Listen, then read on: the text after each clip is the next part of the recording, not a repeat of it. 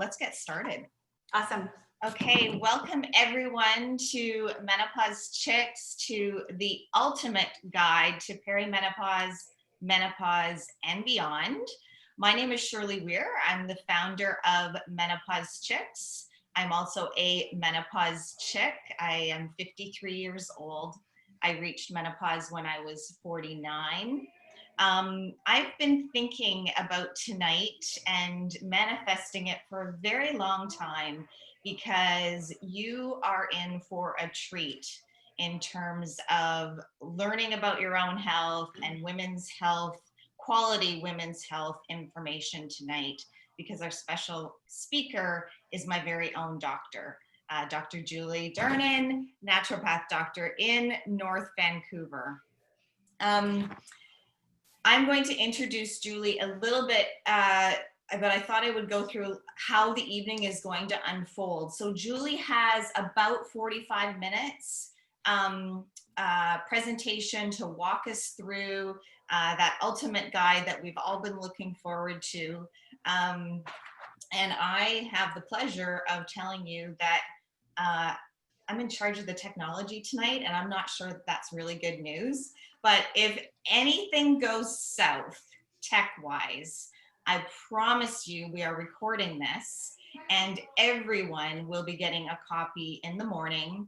And I hope that that gives you an opportunity to watch or rewatch at your leisure, and even share with your friends. This is all about, paying it forward in that regard. And for everyone who signed up before today, you did get an email today, not only with the link for the meeting tonight, but also with a copy of Mokita, How to Navigate Perimenopause with Confidence and Ease. And we have a number of gifts and bonuses lined up for you. So in that email was a link to download Mokita. There's also a link for a $10 gift card at Pure Pharmacy. I always point the wrong way. Pure Pharmacy is one of our brand partners. They help to keep the Menopause Chicks private online community on Facebook awesome and free. And most recently, we have partnered, as some of you may know, if you're in the Menopause Chicks private online community, we partnered to co-develop a vaginal moisturizer made with hyaluronic acid. So you can find out more about that at moisturizeyourvagina.com, and you can use your gift card to order that, or to order any other quality vitamins and supplements that your body needs right now. We are going to have a Q&A session with Dr. Julie. So we're going to be using the chat. And if you're not familiar with Zoom, chat is the little speech bubble at the bottom of your screen. You may have to hover your mouse over it. You can choose to ask the question to the whole group, or you can choose to ask the question directly to me, and I will be moderating the questions. I have no idea if we will be able to get to everyone. We will do our utmost best to get to your question. If we don't, Julie and I will be taking those questions, and we will also be getting back to you tomorrow with the best direction possible. So this is about you. And with that, I really wanted to take a moment to acknowledge that you took time out of whatever was on your schedule tonight to join us and to put your own name and your own health at the top of your to-do list. So before we do anything else, I hope that you can take a hand and pat yourself on the shoulder. That's really important. It's important always. It's particularly important perhaps with the weight that you and others may be carrying, whether it's from the last few days or from the last few weeks. We can't pour from an empty cup. I am famous for saying that midlife women are holding up the world right now.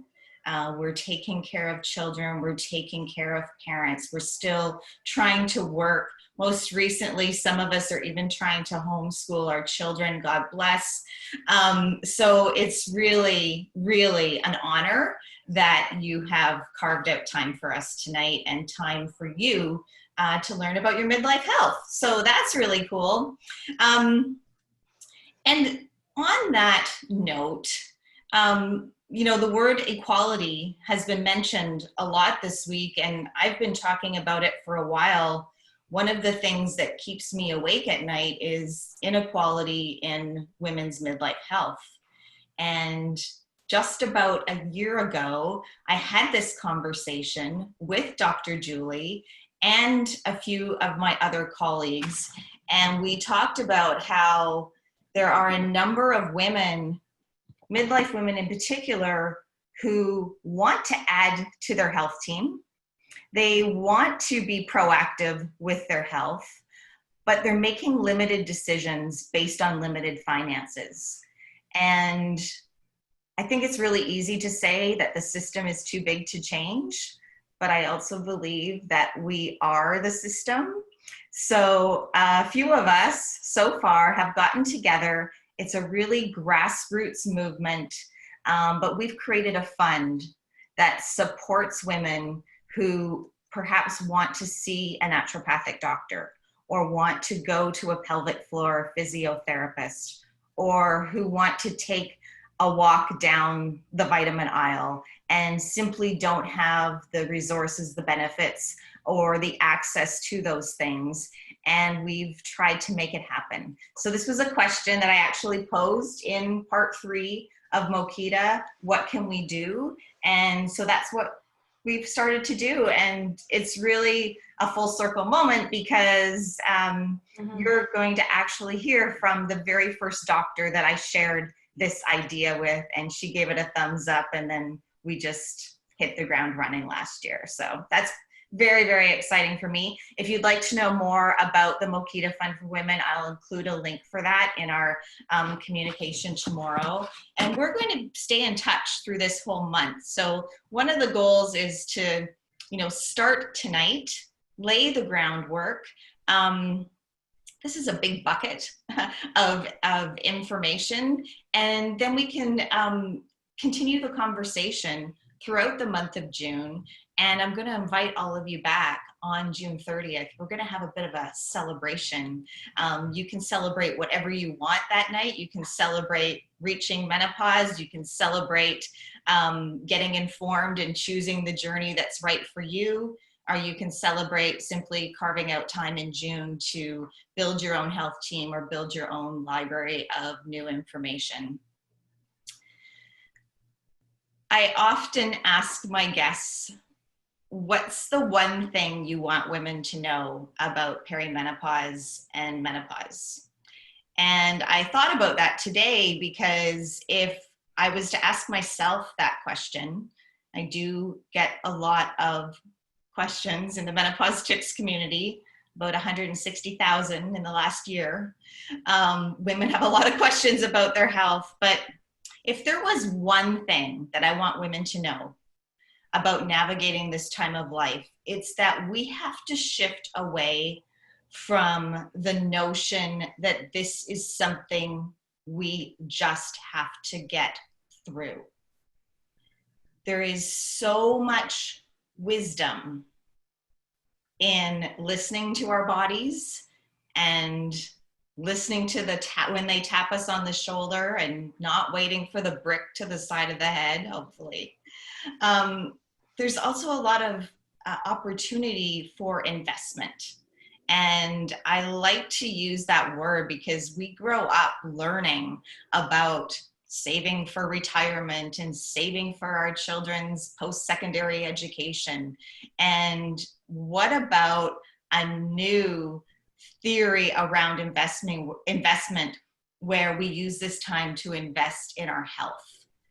We're not just getting through it, we're laying the groundwork for longevity and vitality so that we can enjoy our 50s, our 60s, our 70s, our 80s, our 90s, and beyond. So that's the tone and the intention that I really have for tonight.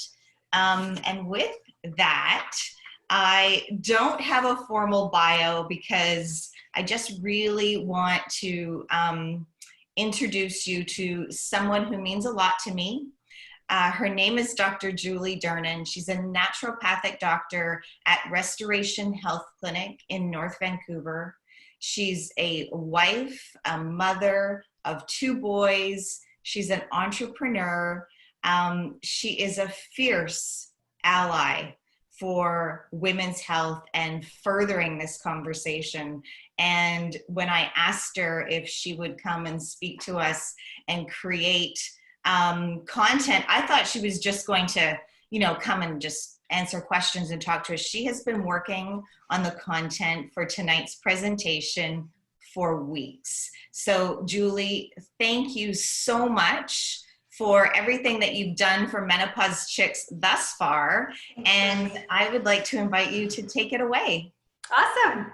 Thank you so much. Those are such kind things. And I'm so happy to be here with you because we said we would do something like this 3 years ago. I know. And we knew it would happen.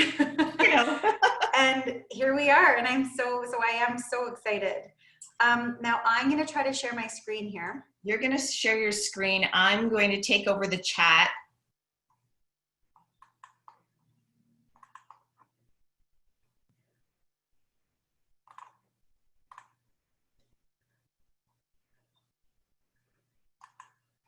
Oops. Just one sec. I'm not on my Mac right now, so I'm off my game. How do I make that bigger?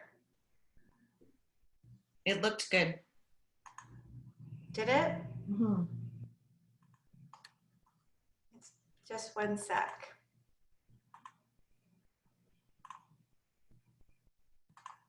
There we go. Okay. Can you see my screen? No. Oh, really? Oh, shoot. Let me stop that for a sec. You did have it at one point. I did, didn't I? Now do you see it? Yep.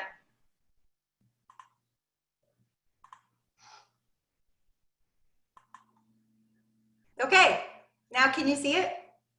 Okay, great. Thank you, and thank you, Shirley. Welcome, everybody, to the ultimate guide to perimenopause, menopause, and beyond. Now, I'm new at webinars, so bear with me here. I created this presentation specifically for tonight, and I have to say, Shirley's right. I've been building this for weeks. I mean, I've been building this for years, but building this for weeks specifically for this event. And it really is, it is the most comprehensive presentation I've ever made on the subject of hormones, specifically hormonal transition from perimenopause to menopause. And I'm really excited to be here. So a little bit about me, so you know who I am. As Shirley said, I'm a naturopathic doctor. I've been in practice for 14 years. I'm also a mom of 2 boys who are 9 and 11. I founded Restoration Health Clinic 5 years ago, and we're in North Vancouver. And now, since COVID, we're also virtual. So we've opened up to patients. As long as you're in British Columbia, you can safely see us virtually.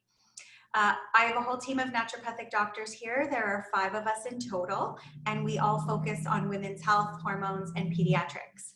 So I started my practice in 2006 and was so passionate about PMS. I just wanted to rid the world of PMS, and so that's what I focused on. And then everybody started coming to me for fertility. They wanted to get pregnant. And so I started specializing in fertility, and I really, really took that on as my practice focus. And then all my patients got pregnant, and then they had babies.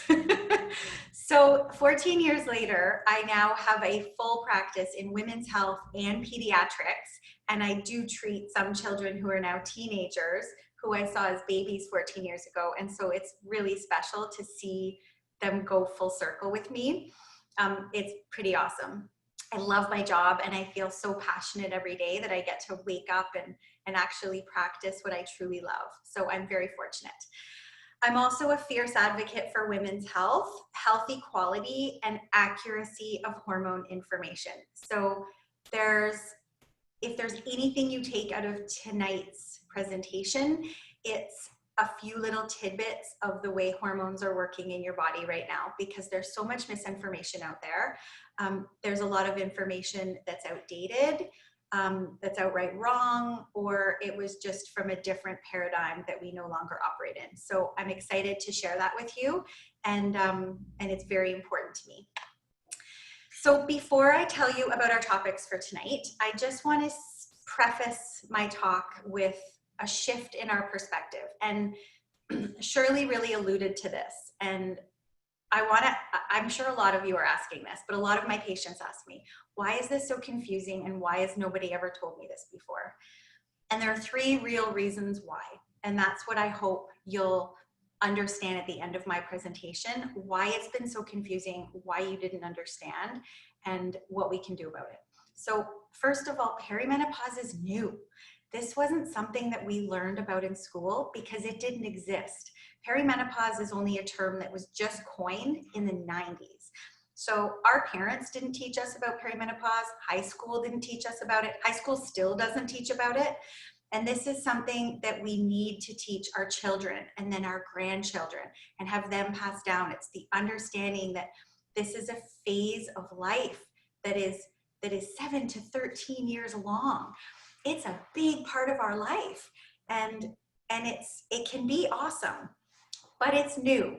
And so if this word is new to you, or if you didn't even know what you signed up for, that's okay. You're ahead of the curve just by being here, because perimenopause as a term is brand new. The other thing is the research is new. I mean, the research was very much male dominated prior to the 90s. And it was because we didn't even understand perimenopause as a term, we didn't even know how to track it. So the research that's been coming out in the last 15 years is so powerful and so empowering to women. And I'm going to share some of that with you tonight. And then the next thing is that the best treatment, can you see this little box that I'm moving? I'm going to try to get it out of the way there. Is that the best treatment is individualized. So there's really no commercial that you're going to watch on TV. The trick to treating perimenopause is this. The truth is perimenopause is a phase of life that some people have problems with. Some people have symptoms during if they suffer from hormone imbalance. And so because we're also individual, because everybody experiences this phase of life so differently, there are so many different treatments available. There's no cookie cutter approach and there's no silver bullet. So that's why it's confusing. And I hope that tonight I'm going to clear it all up for you. I also want to shift our perspective and see the opportunity here. Let's reframe this as not a crisis, not a midlife health problem, but an opportunity. First, for wisdom. So Brene Brown refers to the midlife transition as the unraveling. And I put this little photo here of knitting unraveling because I love it.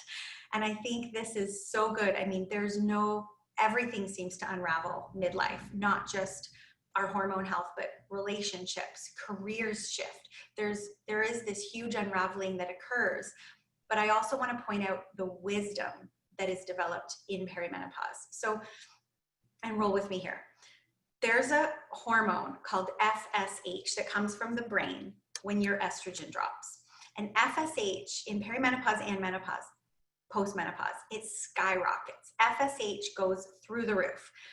And we used to look at this as, oh, FSH is high, you're in menopause, your premenopausal years are over, your fertility years are over, it's this end of an era, boom, everything's going to be hard from now on. But here's what they don't tell you, is FSH is a neurotransmitter, and Christine Northrup speaks about this in her menopause books. FSH is a signal from the brain that goes sky high, perimenopause and postmenopausal. And that neurotransmitter gives us wisdom. And it's amazing, actually, to think that FSH going high is not a problem. I mean, your doctor might run an FSH to see if you're in menopause. But next time your doctor does that, just remind them, like, isn't that cool? Isn't that cool that FSH is a neurotransmitter and that I now have this cool new thing in my life? So there are really amazing things that happen. The other opportunity is for deep self-care. And I have heard time and time again from my patients in their 50s that it is so much easier to listen to their bodies than it was in their 40s, 30s, 20s. And when we listen to our bodies, we know what it's telling us and we know to do those things. So when we're in our 20s, we can go to bed at 4 a.m., we can eat junk food and still feel even keel. But now we can't do that. So we need proper sleep hygiene. We need to make sure we eat enough protein to balance our blood sugar from dropping estrogen levels. There are things that we need to put in place because of the symptoms our body's showing us, but it's awesome because those are the things that are going to keep you alive for a very, very long time, because you might have 40, 50, 60 more years postmenopausally to be thriving. Now, the other thing is listening to our knowing. And so many of my patients tell me this, and I won't belabor this point, but I do feel very strongly that there is this deep understanding of who you are and what you want. And when we're quiet enough and we pause, and if we can settle the symptoms enough to listen, it is there like never before. And I think it's those FSH, high FSH levels, but I think there's also just some wisdom that comes from having lived this long. I think it's pretty powerful. And then using medicines that strengthen our bodies. So what an amazing time this is to see these different symptoms that come up that point us to hormone imbalance. And now to learn some natural medicines or some foods or some supplements that help to get those back in balance. Because those issues, those imbalances, they might have been there since your 20s. Like we often talk to women in their 40s and 50s. And when we're talking about perimenopause and hormone imbalances, we ask them about their fertility history. And often if they've had recurrent miscarriages, there might be a sign that there were hormone imbalances back then too, but we're only now seeing them now. And being heard. So if you take anything from this presentation, please know that you can use your voice. You have options and you have choices. And I want you to be your best advocate when talking to your doctor or healthcare practitioner. You need to speak up about those options because they are there for you, and there are so many of them. The second spring.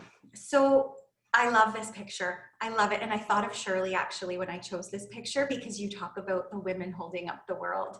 But here's this amazingly strong woman rooted in the earth, holding up everything with all her power. And it's so incredible. So 4,000 years ago, the Chinese specialists wrote this beautiful poem and described perimenopause. At 7 times a woman's heavenly dews wanes, the pulse of her conception channel decreases. The chi that dwelt in her baby's palace, so this is the energy that was in her uterus, it moves upward into her heart and her wisdom is deepened. So I don't know how we didn't figure out until the 1990s that perimenopause was a thing, but the Yellow Emperor knew 4,600 years ago that this was a thing. Pretty amazing. So alternative medicine has had this going on for a long time. And there are so many different ways that we can address hormone imbalance. It doesn't have to necessarily come from a conventional perspective. Now, the journey of hormone knowledge is what we're going to start with. These are our topics for tonight. I want to talk about our knowledge then and now and why it's been confusing and why your doctor might not understand what you're asking for. Hormones 101, so just jump into basic hormone knowledge that we should have learned in high school. What I call the master mimickers. So these are some health conditions that pop up that might make you think you have a hormone imbalance, but you need to get them checked out with your doctor. Some natural treatments and some of my favorite prescriptions. Body identical hormone therapy, or some people call it bioidentical hormone therapy. I'll throw in some case studies as we go, and then we'll have a Q&A at the end. So let's dive in. I want to talk about some of the first symptoms of hormone imbalance that you might find in perimenopause. And I'd also love to open up the chat, and then Shirley can moderate that. If any of you don't have any of these symptoms yet, I would love to know who on the call is here preventatively, because That's what our ultimate goal is, to reach women before this becomes an issue. But I would love to know, have you never experienced any of these?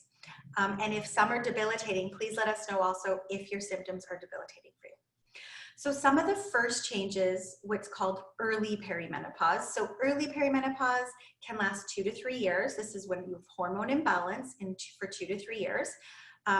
This is when women still have regular periods, but they might feel angry, pervasive depression. They might feel nauseous or have migraines. They might have changes in flow. So often we'll see women get really heavy periods before symptoms come on a lot longer. They might have fertility challenges. Like I mentioned, there might be a hormone imbalance that was detected years ago. They might have really trouble sleeping, new PMS symptoms. So I get women coming to me all the time, age 43 to 48, who just say, my PMS is horrifying. What is wrong with me? Why is my PMS so bad? It must be stress. It's not. It might be stress as well, but it's certainly hormone imbalances and you are in perimenopause. And it's very safe to say, and I'll go through the diagnostic criteria and how you can know if you're there as well. Cramping, night sweats, and headaches. Some strange symptoms that are absolutely part of this picture are palpitations, heart palpitations, or even a heart arrhythmia, and very severe depression. I've seen some real emotional depressive episodes in women when their hormones shift. It's very real and it's very scary, and the solution is not always just managing neurotransmitters. The solution is often dealing with those underlying imbalances. Later changes can be skip cycles, hot flushes, night sweats, sleep trouble becomes worse again, flow becomes heavier, loss of libido, and weight gain. So usually early on we see these common first changes, and then later on they get a little bit heavier and different. It's interesting because women don't recognize this as perimenopause, and women don't always attach to the term midlife. And even a lot of my patients, I've talked to them, Shirley, about this talk tonight, and they were like, oh, that doesn't pertain to me. And I was like, oh no, it does. It does pertain to you. But it's because they just don't know that they're part of this group. Yeah. Midlife is a wide band. Yes. Because none of us actually ever know when we're in midlife, because we don't know. Right. But we have quite a few women here, Julie, in their 40s. Colleen is 41 and she's here for preventative education. Awesome. Which is amazing. But then she also goes on to say she's noticing changes in her sleep and PMS. Okay, so Colleen, stay tuned because we'll see, I'll show you the actual diagnostic criteria for hormone imbalanced perimenopause. Okay. So let's talk first about Heidi. So Heidi is a real patient of mine. This is not her real name. She's 46. She's a mother of 2 teenage girls. She's a civil engineer. She goes to her doctor's office with chief complaints of heavy periods to the point of flooding. She has fatigue, dizziness, and night sweats. So when I say flooding, she's using a super pad, a super tampon, and changing them every half hour, but still flooding through. She's also had 2 episodes at the ER due to flooding. And she says to her doctor, I don't feel like myself. Something's wrong. So she was offered birth control pill. She was offered the Mirena IUD as an option, which is actually a more progressive option. And as of late, she's been offered a hysterectomy in, you know what, there's one more thing she was offered that I actually didn't include here, and it's horrifying. It's a blood clotting drug. So blood clotting drug, here you go, and a hysterectomy. So a hysterectomy, for those of you who don't know, is the surgical removal of your uterus.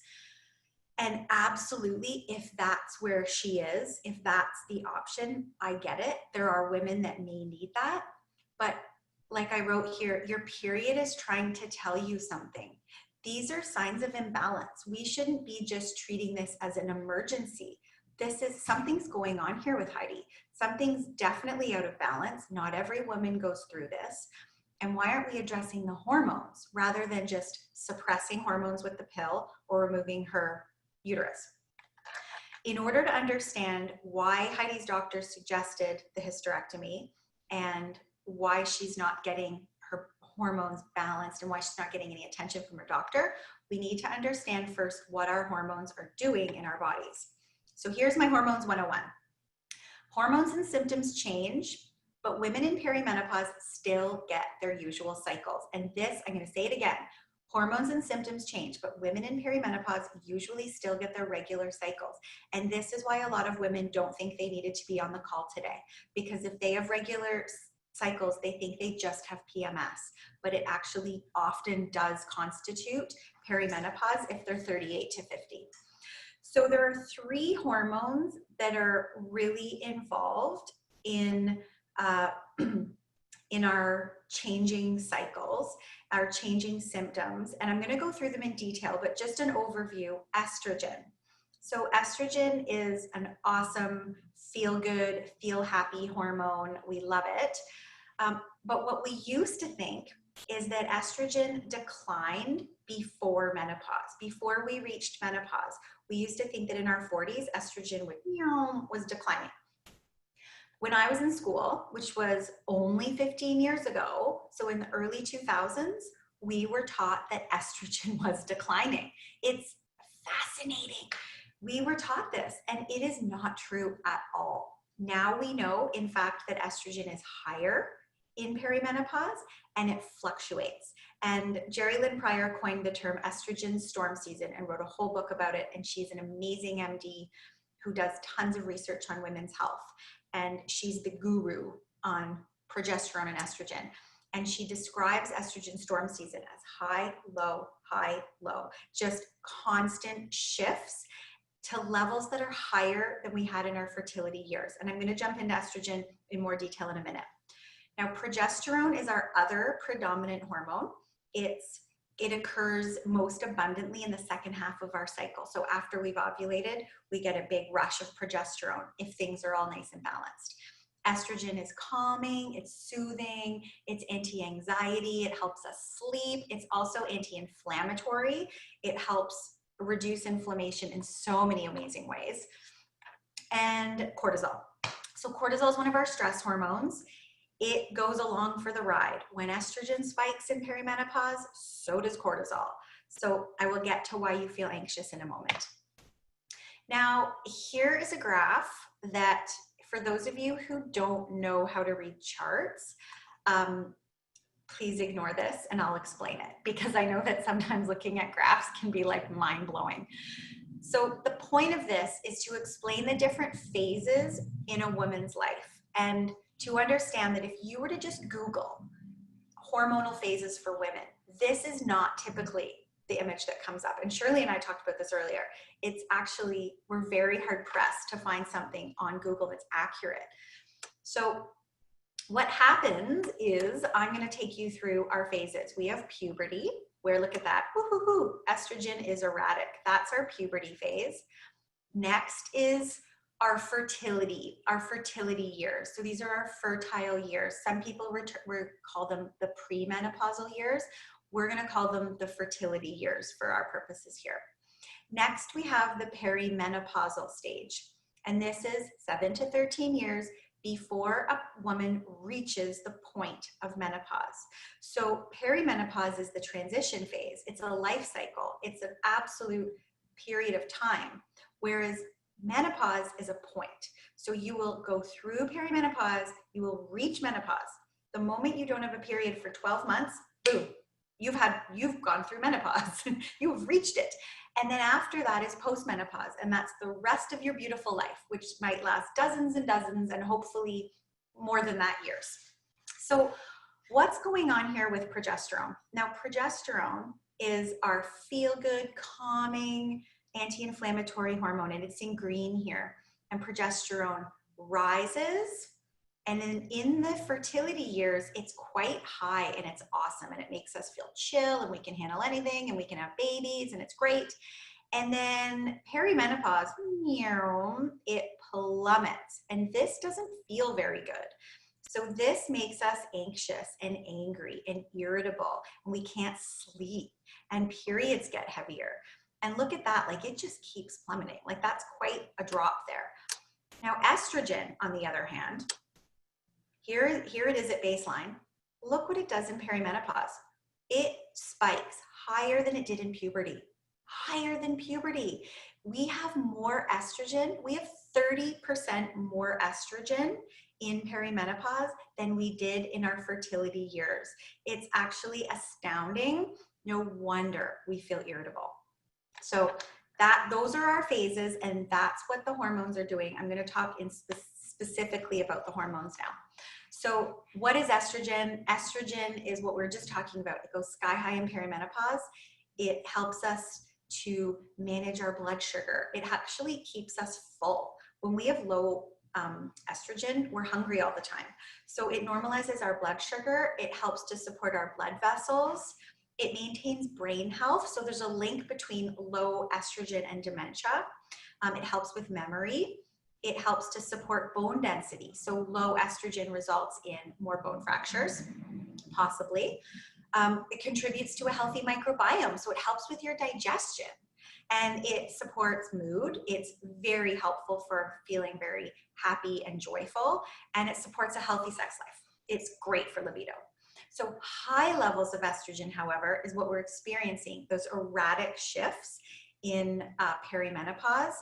The high levels cause awful symptoms. You don't just get happier, you get cranky.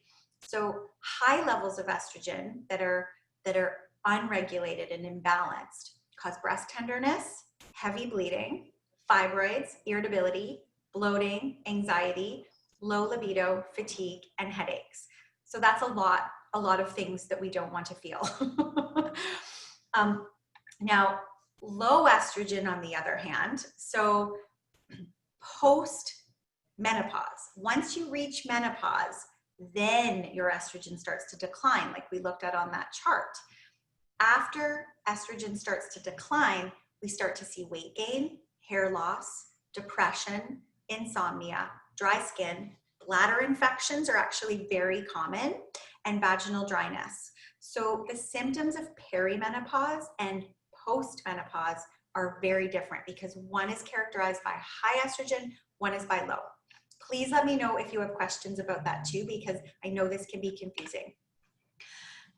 Current research shows that even women 3 to 11 months without a period still have elevated estrogen levels. So these women have not officially reached menopause, but they've not had a period for 11 months and they still have high estrogen levels.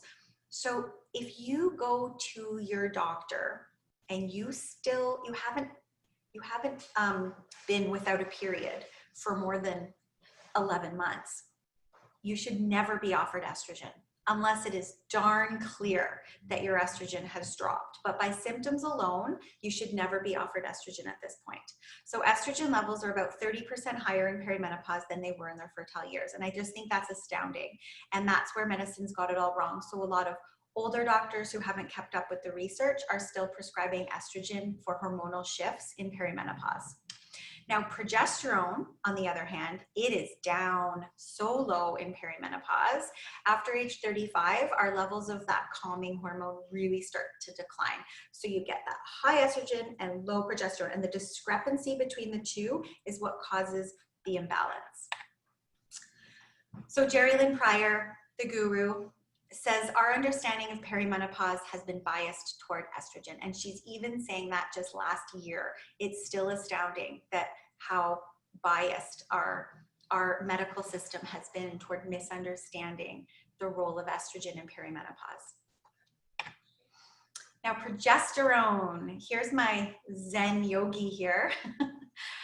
Progesterone induces calm and lowers inflammation, as I've already mentioned. It promotes sleep, it thickens the lining of the uterus, it maintains pregnancy, it's anti-inflammatory, it also protects the brain. A lot of the way that it protects the brain is by being anti-inflammatory.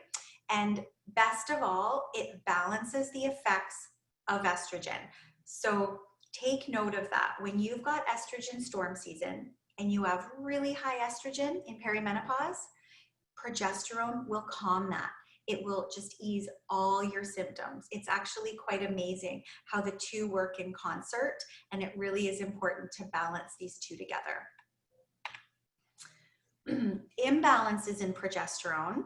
So a low progesterone beyond what it should be can result in symptoms related to high estrogen. So you might notice weight gain, heavy flow, mood swings, anxiety, breast tenderness, and migraines. Now, this wouldn't be complete if I didn't touch on testosterone. I did have to just mention this. And first I'm going to mention how outdated the research is.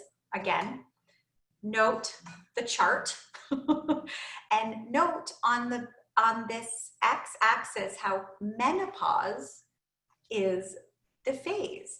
But ignore that, please. Everybody just delete that from your mind. If nothing else, it goes to show that Google is so tricky. And it always shows menopause as a phase, when in fact, perimenopause is the phase. Menopause is the point. So when your estrogen plummets post-menopausally, after the point of menopause, so does testosterone.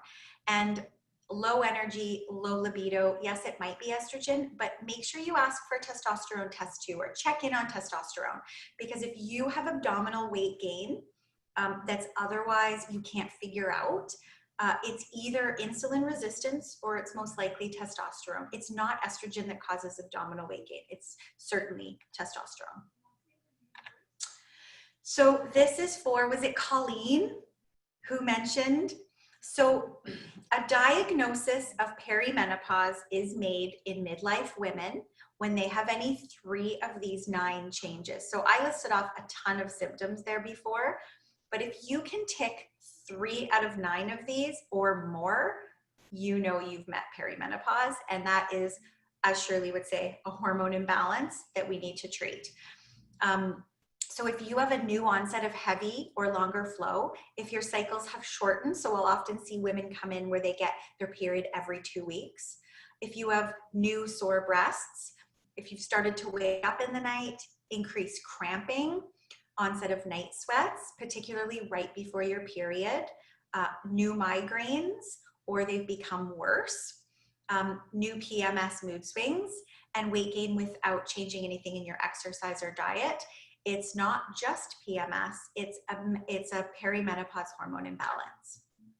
So please feel free to take notes on this. If you do have these symptoms, write them down right now, and then you can bring that to your doctor. And it's worth chatting about your symptoms with your doctor to see if they're understanding where you're coming from. And if they're not hormone literate and they're not getting this, then certainly you might need a second opinion.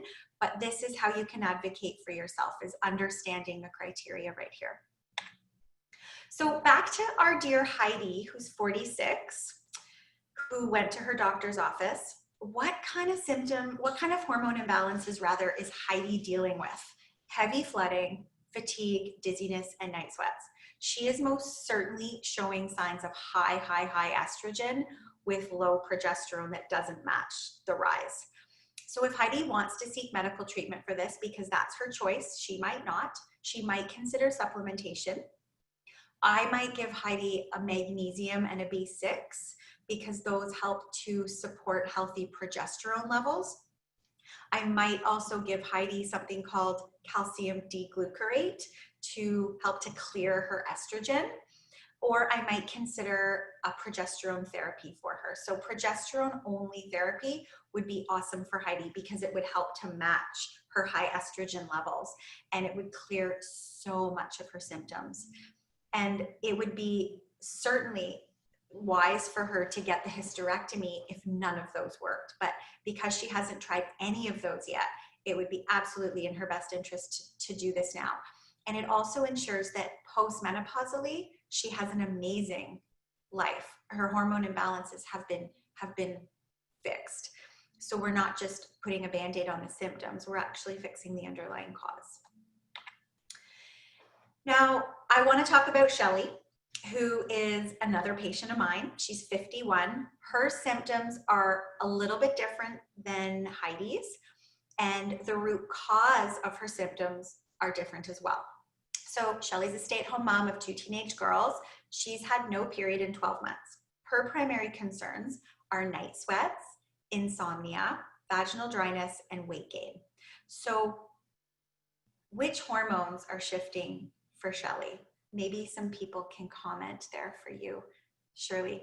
Does anyone want to guess which hormones have shifted for Shelley? 12 months, no period, night sweats, insomnia, vaginal dryness, weight gain. Any answers, Shirley? Estrogen. Tina. Estrogen. Tina guesses estrogen. Exactly. So totally estrogen. Yes. Here's her life preserver. Her estrogen is so low. Her progesterone's already low. We know that Shelley's progesterone dropped naturally after age 35. So it's a given that that's going to be low, but absolutely her symptoms right now that she's complaining of are due to low estrogen.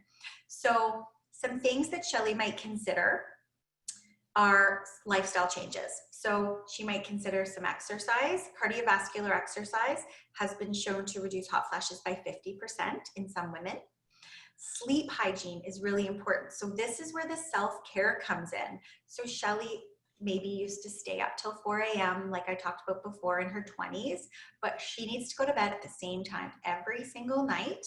I know she's having trouble sleeping, but she needs to regulate those circadian rhythms and really be diligent about the same bedtime every night. She might consider a vaginal moisturizer like the one that Shirley talked about.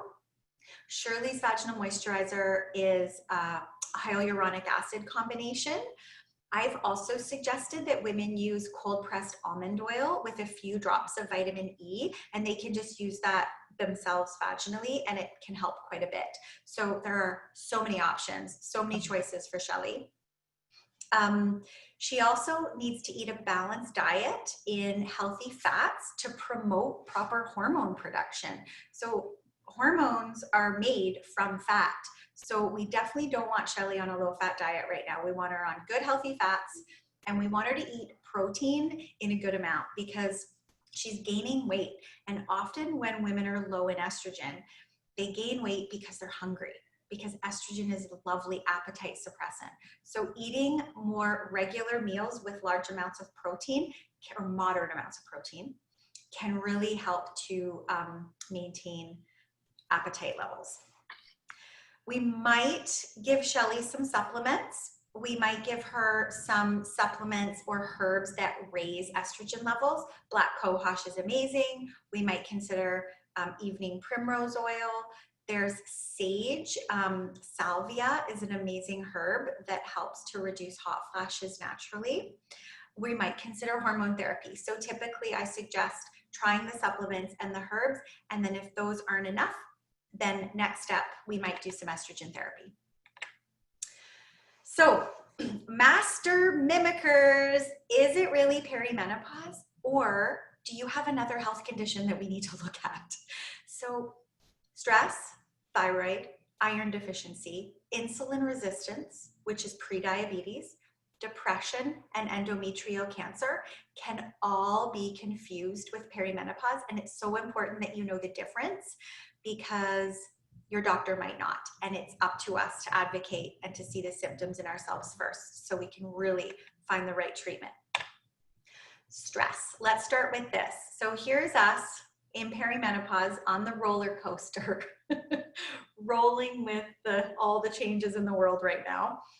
So certainly cortisol and adrenaline, it is well documented that they rise with a rise in estrogen. So when you're in perimenopause, your adrenaline, your noradrenaline, your cortisol, they will all go up. It will make you feel slightly anxious if your estrogen is high. Yes, but don't forget that burnout is real. And the World Health Organization just last year declared burnout an official syndrome. And we were all, as naturopathic doctors, we're all cheering for this. Like, this is so cool. Workplace burnout, it is a thing. People are overworked, they're overstressed, and it's totally impacting them. So it might not be your high estrogen. It might be that you're burnt out. So if you don't know how to recognize burnout in yourself, I'm going to help you out here. Foggy brain, anxiety, migraines. You might feel unable to cope, or you might have sleep trouble, and you might have sudden bursts of anger or mood swings. So if it's burnout, there's so much we can do for you. And if it's not, if it's related to estrogen, then we deal with that as well. Thyroid. That Can you go back to that slide for a second? Yes. This is why Menopause Chicks was born. This slide. Is that right? This is me. I called it perimenopause because I didn't know anything about cortisol, but that's me. Oh, Shirley, thanks for sharing. And it's the anger. It was the bursts of anger that I had to really take myself aside and say, is this the kind of mother? Is this the kind of person I want to be? Something needs to change. And so that's what happened. That's awesome. Not that you went through that, but that you shared that, because I think this is really common and we don't know often how to recognize it in ourselves. Thyroid. So here's my little comic. Why do you call it a thyroid problem when it's giving me an excuse for the 20 pounds I gained this year? So thyroid regulates our temperature and our metabolism. Those are the two biggies that it does. It also regulates our energy and our brain function. But thyroid causes heavy periods when it's low. And it's the first thing I look to rule out when a woman comes in with new symptoms of heavy flow. So if you have heavy flow and you're 45, you're 49, make sure it's not your thyroid before we go jumping to estrogen as a diagnosis. If you're tired, you have weight gain, your periods are heavy, you might have skin dryness, maybe constipation, maybe hair loss, see your doctor. Ask for these labs because this is a full thyroid panel I've included that functional doctors and naturopathic doctors look at. So sometimes some GPs will only look at the TSH, but we look a little bit further and look at some detail. And I can answer more about thyroid in the Q&A after if anyone wants to ask more about labs. Insulin resistance. So here are good old wheat belly bagels. Insulin resistance is when you've been eating so many carbohydrates for so long that your body no longer knows how to handle the blood sugar. It's a pre-diabetes state. It ramps up inflammation like nobody's business. And in my opinion, inflammation is the cause of chronic illness. So insulin needs to get in balance if we're going to prevent disease. Insulin resistance also looks like perimenopause because it causes abdominal weight gain, fatigue, more heavy periods, facial hair, high cholesterol, and high blood sugar. So ask your doctor for a hemoglobin A1C and all the typical diabetes screening tests, but also ask for fasting insulin.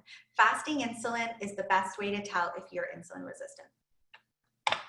Now, iron deficiency. This is a big one that Shirley talks about, and I think I see 90% of my patients are iron deficient.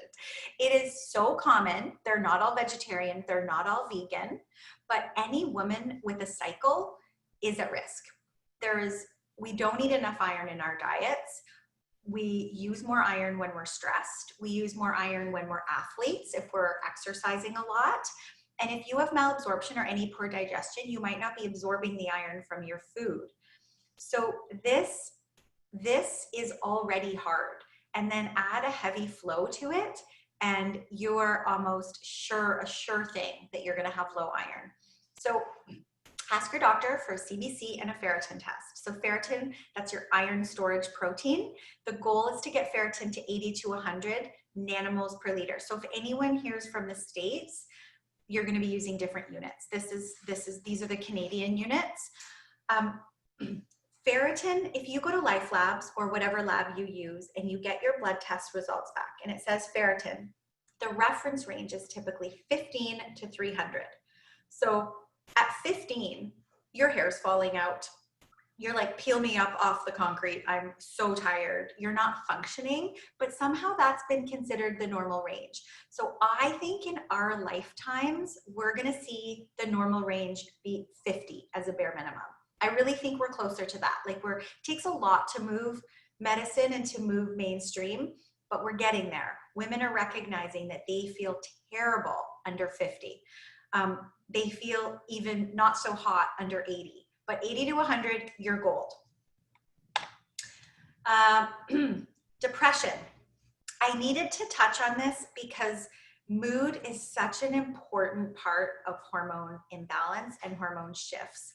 But I wanted to just mention that it might not be hormones. You might be midlife and you might have major hormone shifts. It might not be from hormones. You might have a history of depression. You might have genetic factors relating to depression. You might have a history of trauma. It might be circumstantial. You might have high insulin and have your inflammation might be through the roof. This is also a cause of depression. You might have poor nutrient absorption, be needing more exercise, and be needing more sleep. I'm not saying major depression, the cure is sleep and exercise. I'm saying these are factors that contribute to low mood. And so it might be worth, if you do have depression, don't just assume that it is hormones. Make sure you're being properly screened for other factors. Now, endometrial cancer. So bleeding post-menopause is not normal. And I want every woman to know this because I have seen so many patients in my practice over the last 15 years who've had this diagnosed. So heavy bleeding in perimenopause occurs in 25% of women. So we know that heavy bleeding can occur when you have high estrogen levels. We just have talked about that over and over. So then when women reach menopause and have been past menopause for say 2, 3, 5 years, they were just so used to seeing all the bleeding and all the frequent bleeding that it's not a shock when they see it again. But if you see blood again after you've not had a period for 12 months, speak to your doctor because you might need an ultrasound and it might not be hormonally related. It could be something more sinister, and it is not normal to have a period after you've reached menopause. So with all of this, what do we prioritize? How do I get feeling better? What do I make sure I do first? Well, the number one thing is self-care. And I'll preach this till I'm dead. This is the way to feel better. If you're not taking care of yourself, there is no hormone that's going to fix you. Listen to your body's symptoms and be your best advocate. You need to prioritize this above all else because your body knows what it needs. You just need to listen and you need to take note of those symptoms. And then you can go talk to your doctor about those symptoms you're having and have a really educated discussion. Prevention. I needed to put this in here. I want everybody to prioritize prevention. And I'm so glad there's women like Colleen here who are coming here before they have all these obvious symptoms. But we need to be preventing health concerns that might occur later in your brain, your vagina, your heart, and your bones. So low progesterone, low estrogen, especially out of balance low, will cause issues in these 4 areas, and it will wreak havoc on your life later. So if we can prevent these imbalances from taking root and just help them now, we just need to consider it. So please put prevention as number 2 on your list. It's not a treatment, but it's something that you need to be reminded of all the time. Nutrition and exercise are 3 and 4. I put nutrition above exercise because it is so important. What you eat every day will absolutely dictate how your hormones are doing. 100% yes. And I won't go in today to wheat or dairy or certain foods that might be impacting and how they impact hormones. But there are certain foods that are inflammatory and some people can't tolerate. And if you can't tolerate a certain food, it's probably not serving your hormones. Exercise, cardiovascular exercise, so important for hormone balance. Weight-bearing exercise, so important for hormone balance, and bone density. So do both. Supplementation, that's the next one. So if you've done your self-care, you're eating really well, you're exercising, and you still have signs of hormone imbalance and you still feel crummy, it's time to supplement. You might need a few things to just help to balance things out. It might be vitamins, it might be herbs. If those don't help and your signs are still there, it might be time to consider some hormone therapy options. So this is the priority that I want everyone to take note of. And so everybody always asks me, well, what do I take? But what do you take? What should I take? And the answer is, it depends. It depends what you need. It depends what you're willing to try, and it depends what you're deficient in. But the number one thing that most people need is magnesium. And I tell all my patients, magnesium is the one thing that I even take camping because I love it so much. It helps me sleep. It helps me stay energetic in the day. It is just, it does so many things. So it rescues hormones in 8 ways. Oh, and by the way, this is the shirt I'm going to buy. OMG, magnesium. Isn't it amazing? So magnesium calms the nervous system. It regulates blood sugar. It supports the thyroid. It helps us sleep. It supports healthy mitochondria. That's the part of the cell that generates energy. It normalizes the action of progesterone. How awesome that a magnesium, a mineral, can balance our progesterone levels. It activates vitamin D. Most of us need that, especially on the West Coast. And it slows aging. Magnesium is awesome. And unless you have ridiculously low blood pressure, you are probably safe. Most people are probably safe in taking this. Check with your doctor with anything, but anything new rather. But the general recommendation that I make to patients is about 400 milligrams of magnesium bisglycinate at bedtime. So what else do I suggest? I put magnesium, I put a big space here because I wanted magnesium to stand out as the number one. My top 5 nutrients for hormone balance and lifelong health, just so everybody knows what's mostly safe and generally most people need: magnesium, magnesium, and magnesium, and then vitamin B6. So B6 and magnesium together can raise progesterone levels. Sometimes we don't have to even give a hormone or give a herb. Those two do it. So those are great. B6 also helps with estrogen metabolism. It's great for the liver. It helps the adrenals. It's just a good B vitamin. B12 supports everything else: energy, metabolism, memory, nerve function, and detox. And a lot of us are low in B12. Most of us can do with a little bit more. So I've talked to Shirley about this many times, that as we age and our hydrochloric acid or our stomach acid declines in function, we are then not able to absorb vitamin B12 from our GI tract. So most of us need more B12. Omega-3. Omega-3 comes from fish oil, or it comes from a vegetarian source, algae, if you'd prefer that. Algae is a little bit more expensive, but it comes from fish oil as well. And it's so essential. We don't manufacture omega-3 in our body, so we have to get it from outside sources. But it's been shown time and time again in research to support heart health, brain health. It's great for your skin. And then good old inflammation. I mean, if it's reducing our incidence of chronic illness, everybody should be taking more omega-3. Calcium. Not before your estrogen drops, but after estrogen drops, it might be a good idea to supplement with some calcium. I hesitated putting this on here, but I feel so strongly about preventing bone issues that I wanted to make sure I mentioned that you need weight-bearing exercise and you might need calcium. And with your calcium, just make sure you balance it with adequate magnesium for proper bone function. So, bioidentical hormones.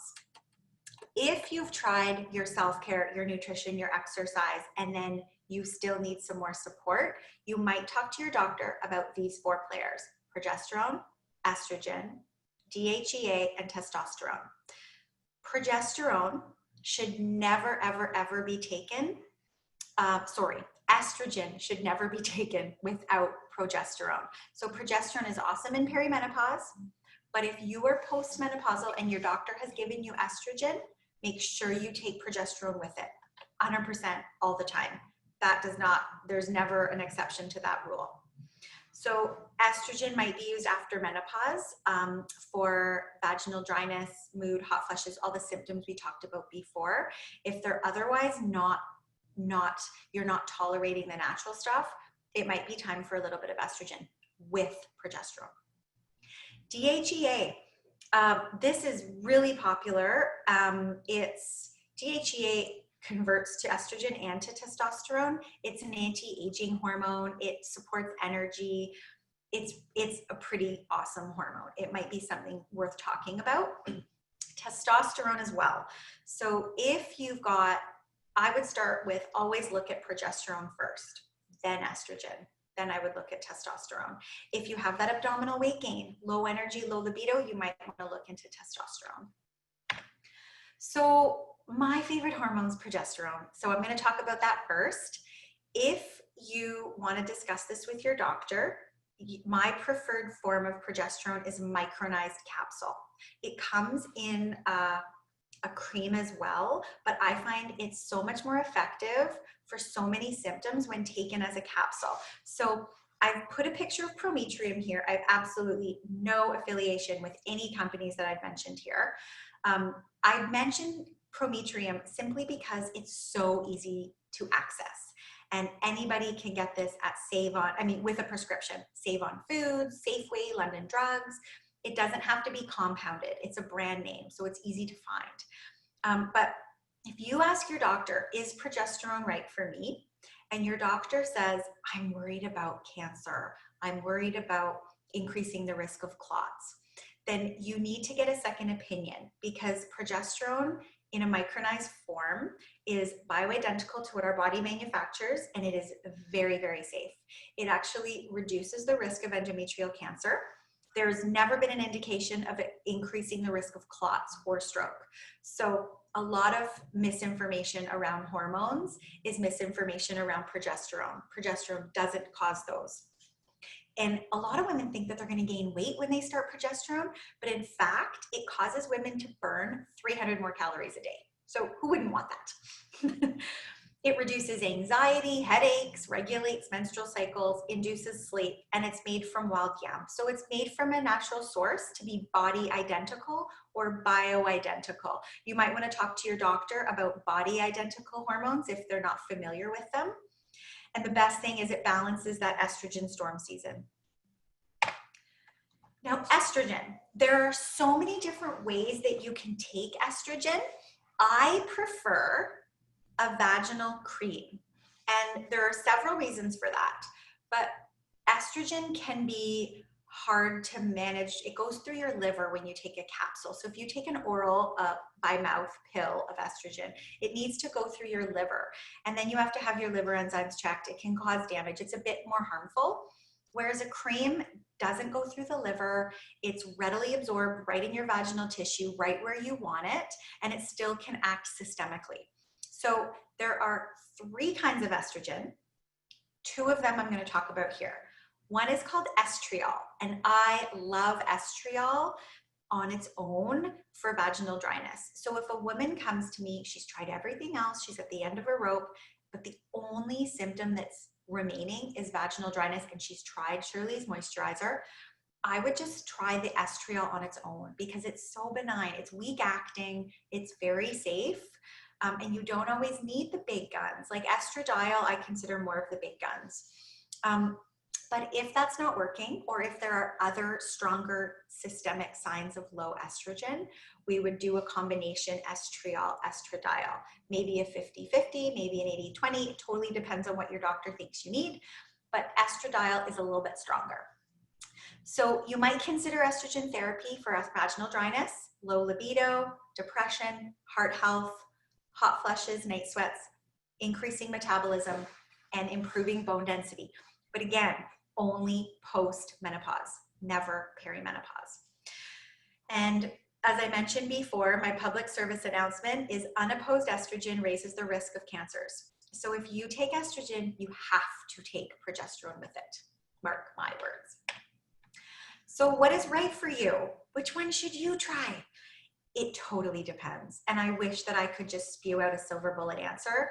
It depends on your symptoms, your diagnosis, your hormone levels, what you're eating, how you're exercising, and your motivation. You have so many options, and it all depends on you. So you can speak with your naturopathic doctor or your medical doctor about the best options for you in the short and the long term. And remember, your hormones are shifting over time. So too will your treatment plan. So this is something you likely want to check in on every 3 to 6 months to make sure you're taking the right things for you. And I realize also that health access and access to private healthcare and and compounded medicines is a privilege. And for anyone who doesn't have quick access to an MD or private healthcare, like a naturopathic doctor, there's virtual care available on so many cool sites now. There's Medio and there's TELUS Babylon. And so you can access an MD from virtually anywhere as long as you have a stable internet connection. And then there's, of course, the Mokita Fund, which is such a wonderful way for women in need to access the healthcare they need. So I'm a naturopathic doctor, as I mentioned before. And if you don't know what that is, I'm just going to give you my quick definition here, because some people go, well, what is that?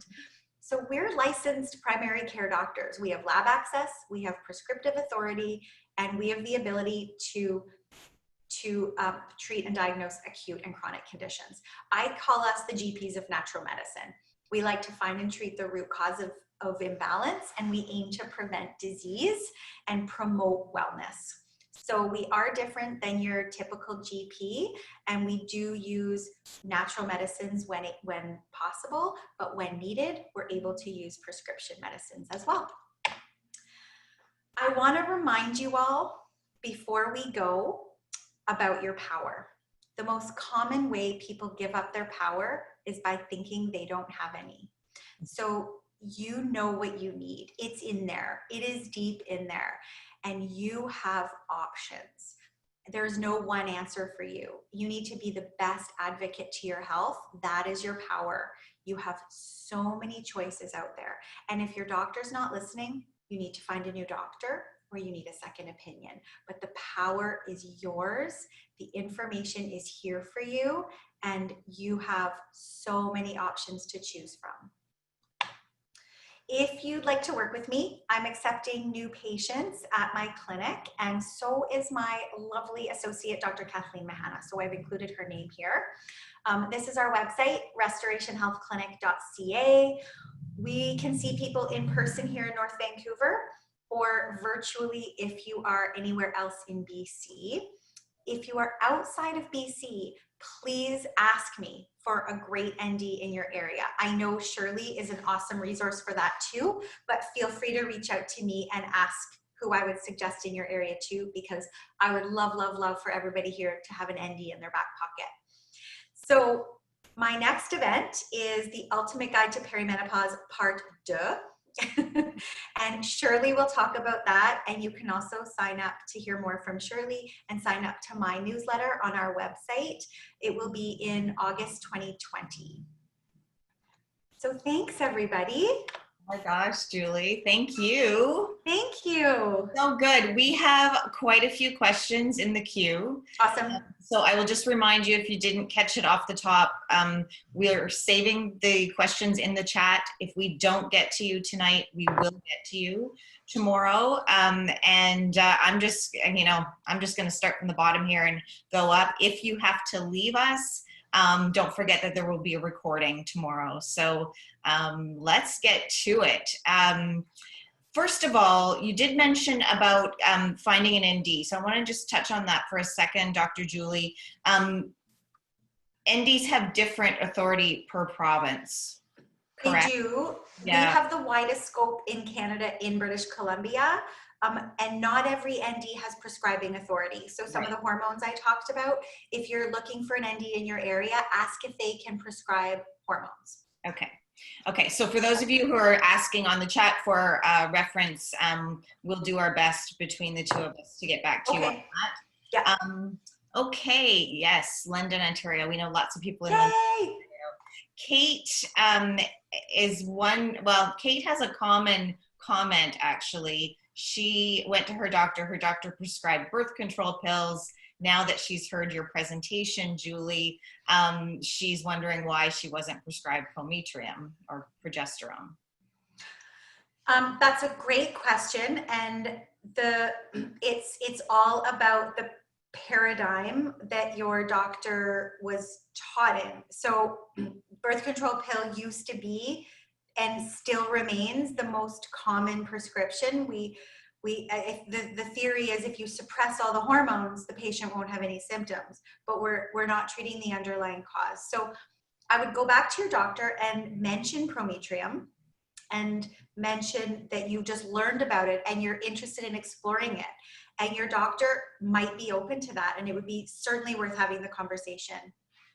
But it's very common to get the pill as a prescription. Very common. Do you want to stop sharing your screen so we can see a bigger picture of you?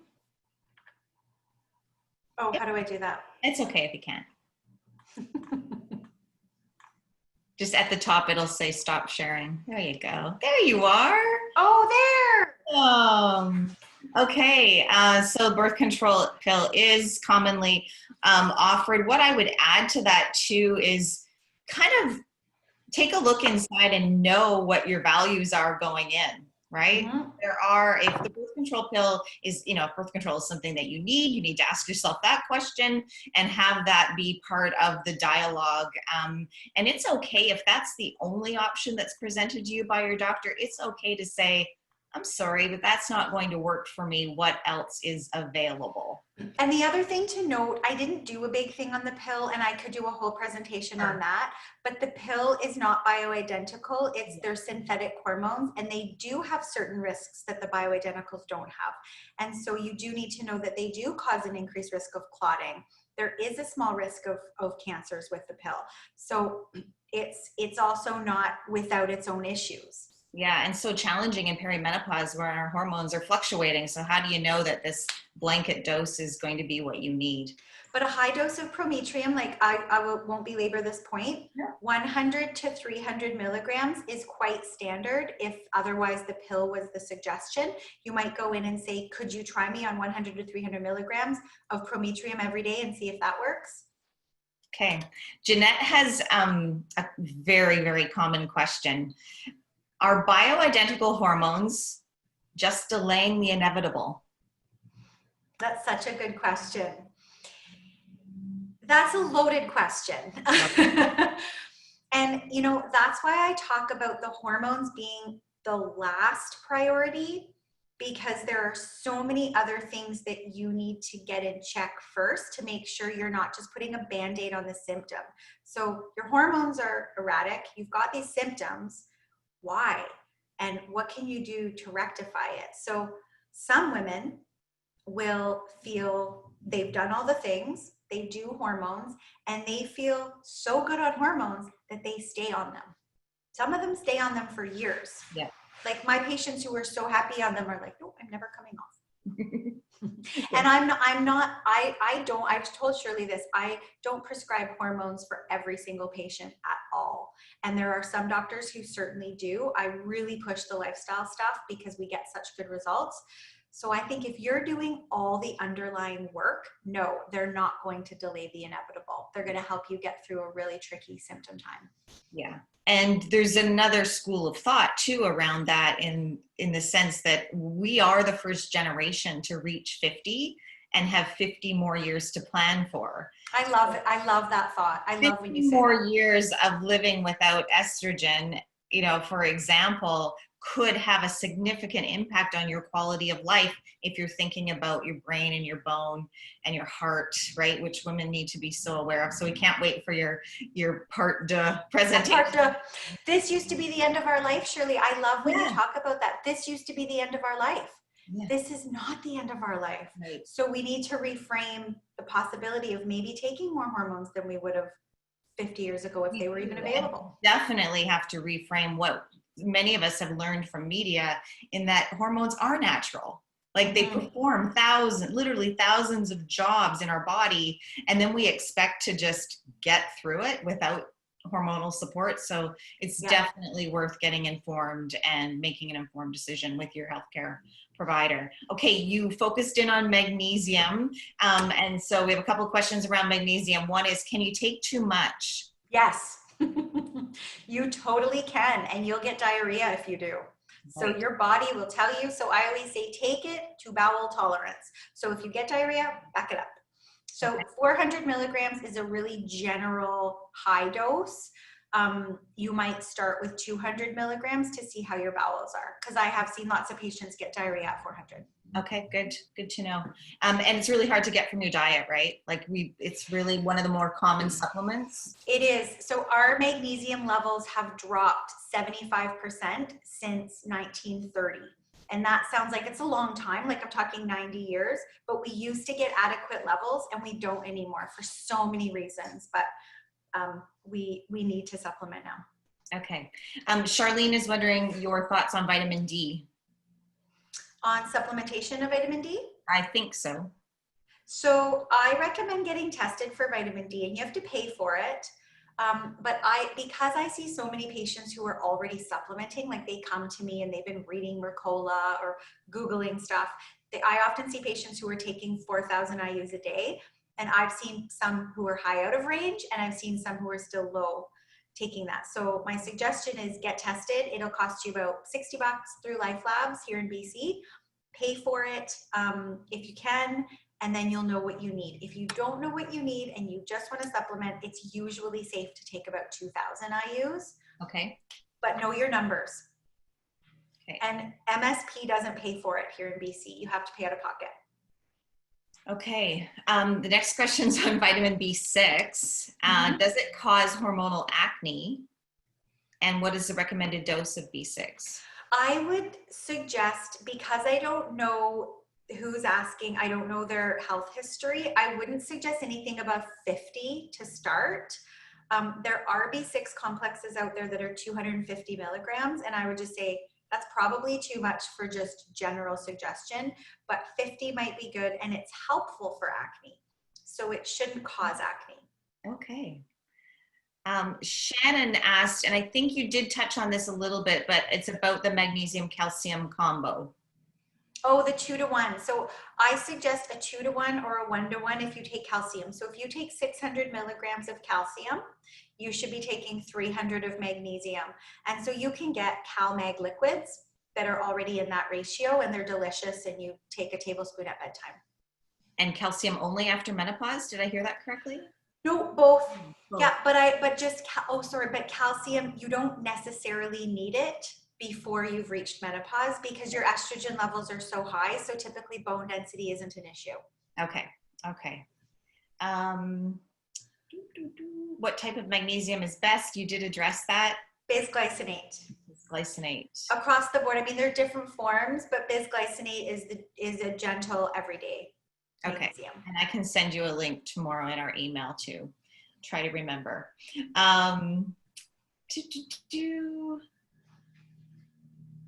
Yes, so on the thyroid recommendation, Dr. Julie, Sean has pointed out that it's not common for doctors to order T3 and T4.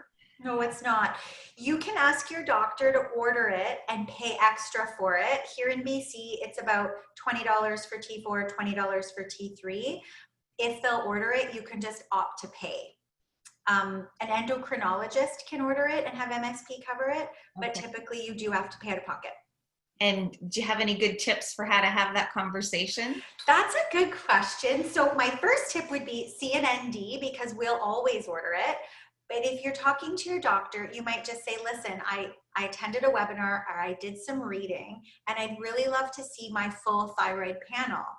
And your doctor might say, like we don't do that. We only do TSH. You just say, would you humor me? Could I just order it just this once and I'll pay for it out of pocket because I'd really like to follow up on some of the health changes I'm making.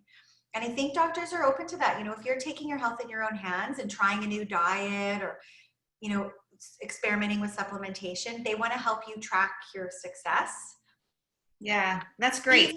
Be honest. Yeah, be honest. All we need is just a little bit of like you sitting on our shoulder and have a little bit of a script prompt, right?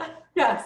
And kind of get the answer back and you're a little bit, stunned and don't know how to respond. So that's a good answer. Well, any kind of professional is going to get their back up if you go, listen, I don't value your opinion. Here's what I want. So it's just going at it really diplomatically and saying, listen, what do you think of this? That's really good advice. Thank you. Okay, I want to get to Sharon because she is 48 and has the worst night sweats. Okay, and is Sharon still having her period? don't know. Sharon, are you still having your period? She's 48. I don't know if we went over this, but the most common age for menopause in North America is 51.2. Yes. So let's assume. So let's assume that Sharon is still cycling and having the worst night sweats. B6 and magnesium are so wonderful for supporting progesterone production, but when we're in perimenopause, it's the high estrogen and the low progesterone that's the problem. So we need to promote progesterone, whether it's from B6 and magnesium or maybe from progesterone like prometrium supplementation. Okay. And it works like a charm. No, go ahead. Yeah, no, that's all I wanted to say is progesterone only for night sweats in perimenopause works like a charm. Love it. Yeah. We're at 6:29. Dr. Julie, can you give us a few more minutes? Absolutely. Okay, so to everyone who's on the call, and we do still have a lot of women, this is a lot of information to take in. We're gonna just continue going through the questions for a few more minutes. These questions are amazing. If you have to go, we'll be in touch tomorrow, and know that we're going to be in touch throughout the whole month. So we're not going anywhere. But if you have to go somewhere, we understand. Sandra has a question about breast health. So she found a small lump in her breast, and at the same time she was experiencing perimenopausal symptoms. And she knows that breast changes are one of the changes that come with this phase of life. Can you speak to that? Sure. So breast changes that happen in perimenopause will be, that are hormonally driven, are tenderness and squishy. Something more sinister is going to be hard and immobile and fixed. So if you feel a tiny lump that's attached to your chest wall, so your rib, that isn't moving and it's hard, that might be something to check out. I suggest every lump is checked out, even if it is squishy. But typically the hard, fixed, immobile, painless is what we worry about. The squishy that varies with your cycle or day to day, gets bigger, smaller, is usually nothing to worry about. But I always suggest getting a clinical breast exam just to make sure, because your doctor, me, we've palpated so many breasts over time, we can just feel what that is. And it might require an ultrasound to diagnose or a mammogram. She is going for a mammogram appointment, so that's good news. Great. Okay. Good work. Wish you well on that, Sandra. So Adam, I don't know if it's Adam or if you're on Adam's computer, but it's a great question. Do you recommend exercise and nutrition to deal with hot flashes instead of hormone therapy? I have already decreased caffeine, alcohol, and sugar, but have not fully removed them from my diet.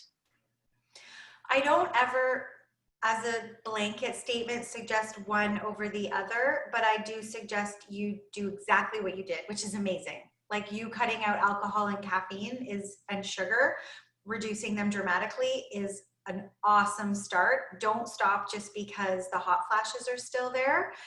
You do want to pick up your exercise a little bit, and then you might consider some supplementation and some hormone therapy. I wouldn't, if the exercise and the diet alone hasn't resolved your symptoms enough for you to be comfortable, it's worth looking into something else.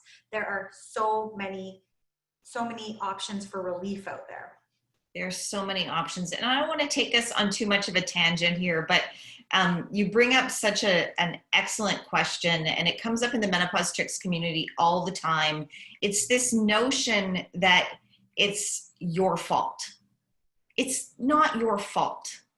That it's your responsibility to fix it by cutting out all the coffee and cutting out all the fun, quite frankly. I mean, I look at one side of that conversation as self-care, which Dr. Julie has totally emphasized for us, but don't beat yourself up to the point that you did all these things and you still have hot flashes, because you have options. Yes, well said, Shirley. And I just don't want to see any more women thinking it's their fault that they don't exercise enough, and that's why they're experiencing hot flashes. It might be temporary. It might be something that requires a longer term fix. Okay. Thank you, Adam.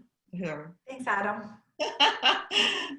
What would you this is from Kate. What would you recommend as good sleep hygiene, aside from environment, and what do you think of CBD, melatonin, 5-HTP? She has a lot. I love them all. Yeah, okay, good. I would recommend getting 7 to 9 hours, going to bed and waking up at the same time every day. I'm a total sleep nerd, and I tell all my patients this, like, I go to bed at 9, and I'm gonna shout it from the rooftops. I go to bed at 9 because I wake up at 5 and I need 8 hours or I don't feel awesome, right? There you are, Shirley. We're the same person. So you need to figure out what your sweet spot is, and some people are fine with 7 and some need 9. I'm actually more like 8.5 is my sweet spot, but figure out what that is for you and then stick to it. Stick with same bedtime, same wake up time. I think CBD is awesome. We don't have prescribing authority in BC for CBD, so I'm not allowed to make any recommendations around CBD.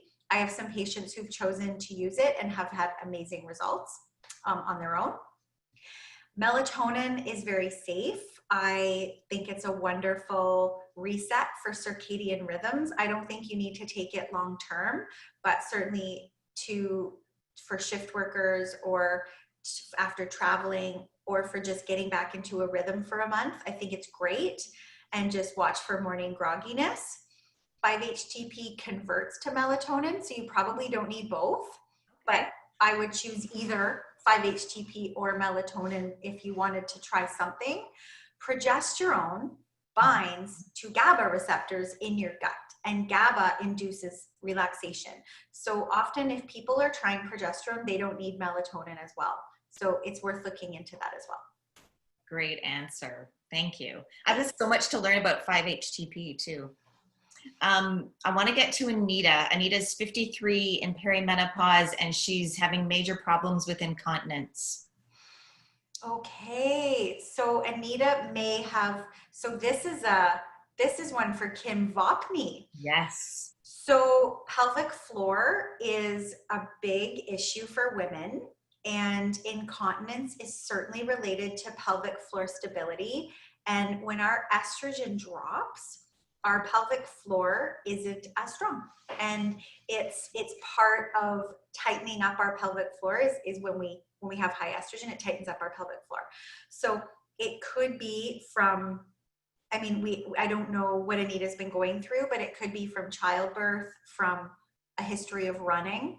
There are so many reasons why the pelvic floor could be weak, but we often don't treat the pelvic floor like we do our biceps. We don't train it every day, and we should. And a pelvic floor physio would be awesome to talk to, because you might not need surgery. You might not need estrogen. You might just need to do the exercises. And pelvic floor physios are so equipped to tell you honestly what you're going to need and how severe a situation might be. Yeah, great advice. Anita, if you need a recommendation for a pelvic floor physiotherapist, please message me. And you mentioned Kim Vopney. So Kim Vopney is quite familiar to our members in the Menopause Chicks community. She's hosting an event on June 18th called Kegels and Cocktails. Yeah, right. I'll be there. There'll be a pelvic floor physio speaking, just a rock star group of speakers like we had tonight. And so we could get together in a couple of weeks at Kegels and Cocktails, and you can learn more about that.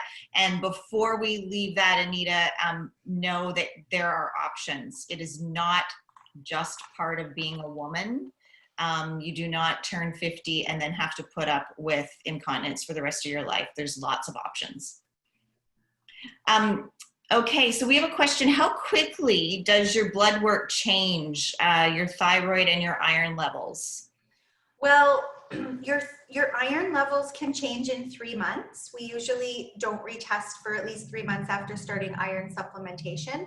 Okay. But if you're not changing your supplements, you don't need to retest it every 3 months. Like a yearly checkup would be adequate.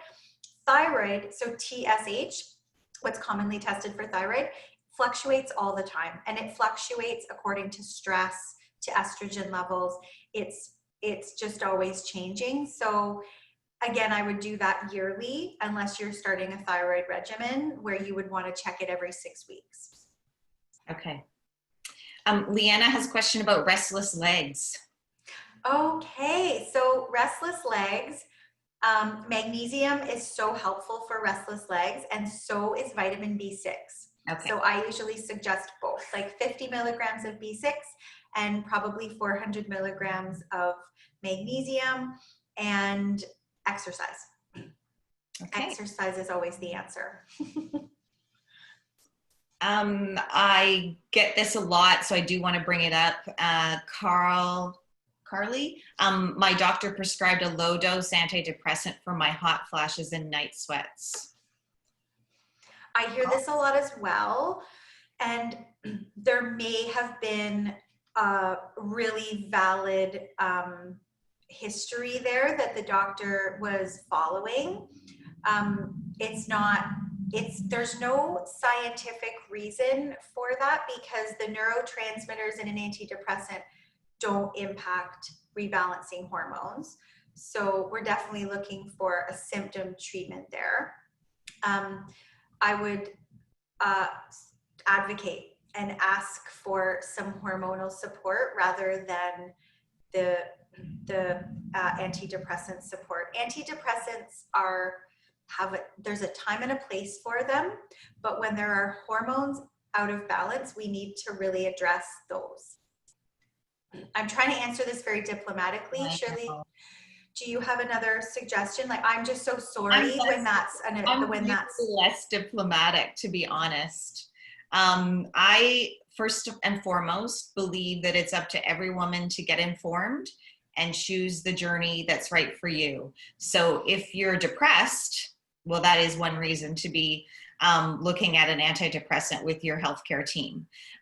If it's a off-label use of the drug and it works for you, and that is your own personal choice. Mm-hmm. I'm more interested in lifting the hood when something goes wrong with my car. I want to not put duct tape over top of the engine light when it comes on, but actually look for what's wrong.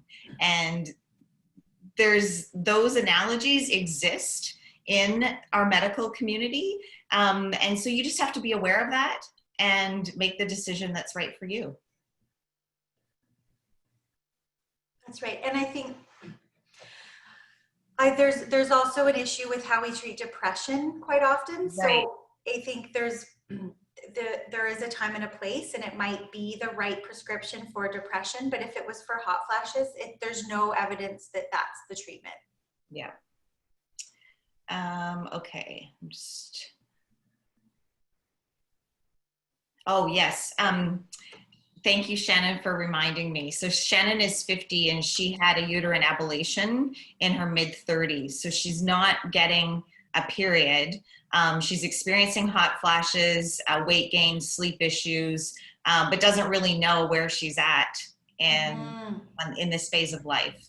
So there's symptoms that she's having that are obviously, I'm assuming, affecting her quality of life. And then she doesn't have her period as a measuring stick. So in that kind of case, how old is Shannon? 50. So Shannon probably would do really well starting on some progesterone only therapy or other supplements that support progesterone to see how that goes. And when women are in perimenopause with low progesterone, high estrogen, that typically is enough, and that solves the pain. And so if it's not enough, then that would dictate where you were in your cycle, or where you were in your life phase rather. You could do an FSH level like we talked about with wisdom. That wouldn't tell us everything though, because FSH gets dysregulated in perimenopause as well. Okay. We're going to get everybody going to see a pelvic floor physio and an MD. Awesome. Because they're all recommendations. So that's great. That's my mission for 2020, actually. Awesome. Yeah. This was amazing. Thank you. So informative. Thank you, Julie. You're so welcome. I'm so glad this chat was amazing. I love how engaged everyone was. Their questions are so incredible. Yeah, and thank you for staying around. I think there's, I mean, it's a very, very small screen for me, and I know there's questions and comments that I've missed. So I've booked off tomorrow to dedicate to getting back to you on that. It's 6:45 or 9:45 perhaps where you are. So maybe we will just use this to wrap up. Julie, you're amazing. Thank you. Thank you so much. I know you worked really, really hard at pulling this presentation together. And as I mentioned, it's also a crazy week for you as you and your colleagues went back to work. So thank you for giving your time and talent and expertise to us tonight. Thank you. It's my honor. This is what I love doing. I love talking about this stuff. This has been just so wonderful. And I would love to help answer any questions once you get those amassed. And awesome. And then to emphasize, if you want to work with Julie or one of her colleagues, she's at Restoration Health Clinic in North Vancouver, and they can also see BC residents virtually, or we will help you find an ND if that's something that you've requested. And you just told me this today. This is very exciting, that everyone here on the call is going to get $20 gift card to work with you off one of your services. So what are those services? What would it be? It can be any service that we offer, whether it's a naturopathic consult, a B12 shot, an IV vitamin, or acupuncture. So cool. So $20 gift card to everybody. Very kind and gracious. Thank you very much. Thanks, and Julie. To those of you who are still with us, thank you very much for prioritizing your own health, for putting your own name at the top of the to-do list. We're going to have a great month of June, and I look forward to speaking with you throughout the month as well as celebrating with you on June 30th. So I think that's it. Awesome. Have a great night, everyone. Bye, everybody.